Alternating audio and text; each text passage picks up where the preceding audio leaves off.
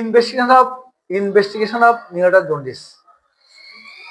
তাহলে আমরা প্রথম তো ডায়াগনোস করতে গেলে কি করতে হবে, আমাদেরকে সিরাম বিলিরুবিন দেখতে হবে।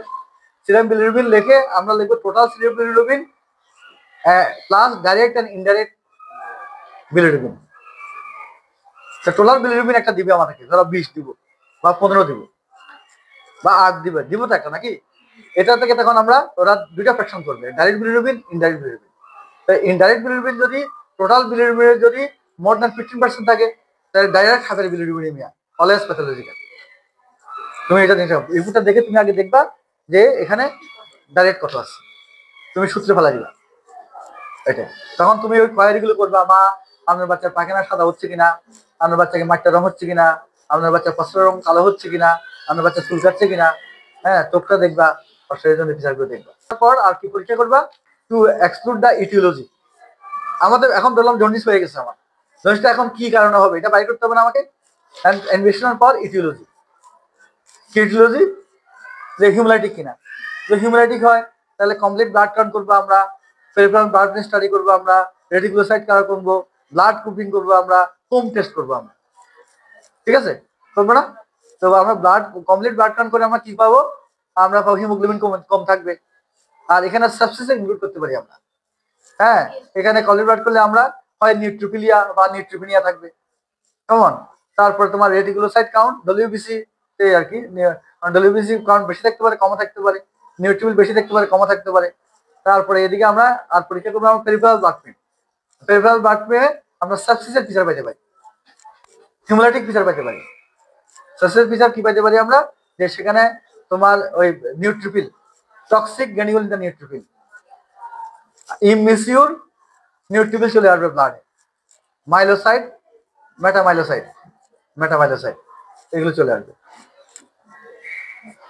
আর তুমি যদি হিউম্যালাইসিস যদি দেখাও তাহলে তো নিউক্লিয়েট আরবিসি চলে আসবে, পেরিফেরাল ব্লাড ফিল্মে।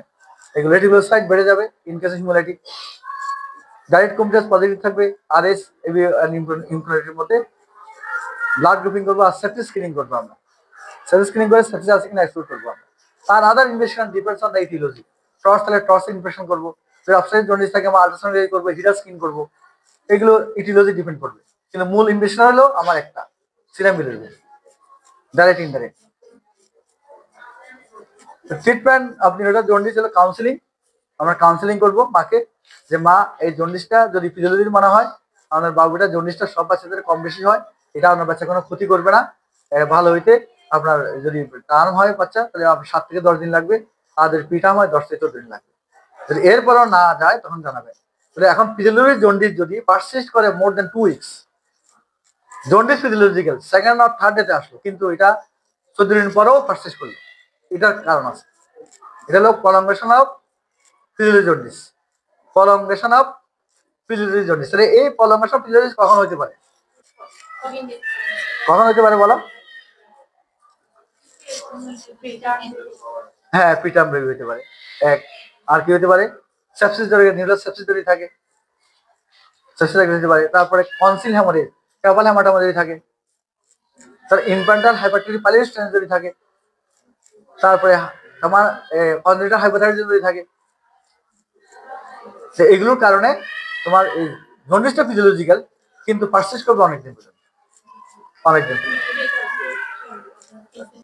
সাবরেটিভ মেথডের মধ্যে আমরা কি দিব, পটোথেরাপি দিব আমরা, কেমন। তারপরে যদি তোমার বিলিরুবিন লেভেলটা টক্সিন লেভেলে পৌঁছে যায় সেক্ষেত্রে এক্সচেঞ্জ টেস্ট করবো। আর পরীক্ষা আর দিতে পারি দুটা ড্রাগ, এটা আইভিআইজি এবং মেটালোপরপারিন। এগুলো হলো তোমার অ্যাকর্ডিং টু ইটিওলজি অনুসারে। হ্যাঁ মেটালোপরপারিন বলছে যে কোথায় হিম অক্সিজেনকে ইনহিবিট করে, হ্যাঁ ইন্টারভেনাস আইভি।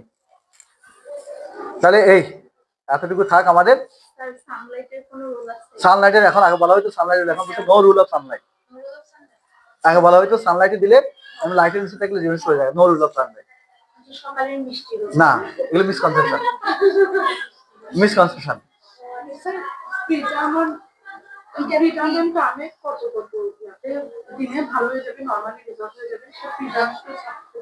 হ্যাঁ কি দিবা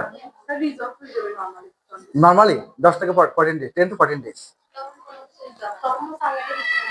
কোনো সানলাইটে কোনো কাজ হয় না। ভিটামিন ডি জন্য দিতে পারো, ভিটামিন ডি আগে সানলাইট বলা হয়েছে, এটা দেওয়া হয়তো আগে বলা হয়তো, এখন বলা হয় না। ভিটামিন ডি এগুলো মিসকনসেপশন। আমরা আগে দিতাম যে লাইটে দেন, লাইটের নিচে রাখেন, রোদে রাখেন, জন্ডিস কমে যাবে। এগুলো না, এগুলো এমনি কমে যায়। ফটোথেরাপি তো ডাইরেক্ট, হ্যাঁ এটা করবে, ফটোথেরাপি মেকানিজম আছে, হ্যাঁ মেকানিজম আছে, ফটো দিলে কমে যাবে ডাইরেক্ট। তো এটা তো মেকানিজম, এটা তোমার যেটা পটিক যে স্টিমুলেশনটা, এটা বিলিরুবিনটাকে কনভার্ট করে, কনজুগেটিভ বিলিরুবিন করে, তোমার মডিফাইড কনজুগেটিভ বিলিরুবিন করে স্টুল দিয়ে এবং ইউরিন দিয়ে এক্সক্রিশন করে দেয়। হ্যাঁ ফটো অক্সিডেশন, তারপর ফটো আইসোমারাইজেশন, ফটো রিডাকশন, তিনটা মেকানিজম করে। কিন্তু সানলাইট পারে না, ভিটামিন ডি পারে। কিন্তু এটা তো এমনি কমে যাচ্ছে, এমনি কমে যাচ্ছে, ওটা মধ্যে নাই কবিরাজি ওষুধ লাগবে না, হোমিওপ্যাথি লাগবে না, অ্যালোপ্যাথিকে লাগবে না।